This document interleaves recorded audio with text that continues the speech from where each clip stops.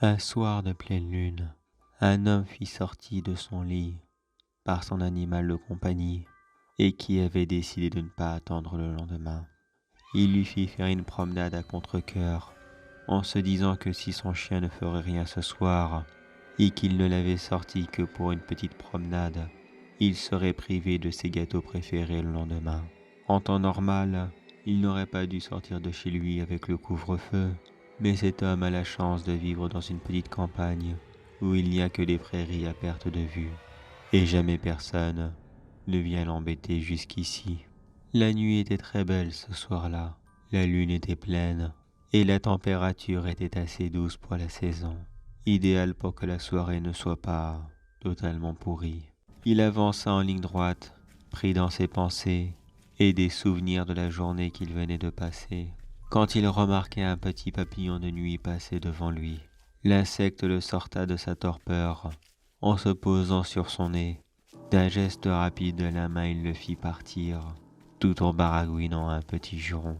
Il eut à peine le temps de se débarrasser de celui-ci qu'un autre fit rapidement son apparition et se posa sur son visage. Il recommença le geste et fit partir celui-ci de nouveau. Mais plus il avançait en ligne droite, et plus les papillons ne cessaient de se multiplier, jusqu'au moment où il tomba sur une grosse nuée de papillons et qui ne faisaient que passer leur chemin, comme s'ils fuyaient un prédateur ou un énorme danger. Ce fut le tour de son chien d'agir bizarrement. Il se stoppa net dans sa course et commença à aboyer droit devant lui. L'homme lui demanda rapidement ce qui lui prenait comme cela, et il jeta un rapide coup d'œil dans la direction où aboyait le chien, pour y découvrir une grande silhouette noire qui se rapprochait lentement d'eux. La silhouette était comme penchée sur elle-même, comme s'il cherchait à cacher sa tête et donnait l'impression d'un homme recourbé sur lui-même, ou qui n'avait pas de cou.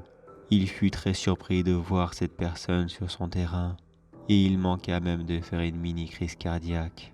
Et très rapidement, sa petite peur se transforma en curiosité et en petite colère, car cet homme n'avait rien à faire sur son terrain, et il lui fit comprendre en hurlant « Que faites-vous ici? Partez tout de suite !» Mais la silhouette ne l'écouta pas. Elle continua sa course, en gardant la même pose sordide.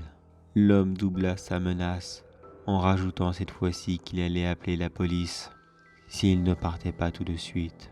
Le chien aboya de plus en plus fort, ce qui fit stopper la silhouette noire dans sa course.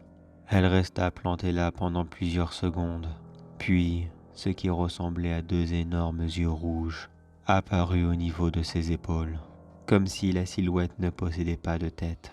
Puis ce fut le tour de deux grandes ailes de faire leur apparition.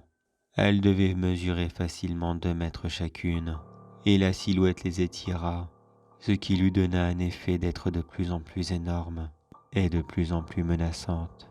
L'homme fut paralysé sur place de peur, ne comprenant pas ce qu'il avait devant lui.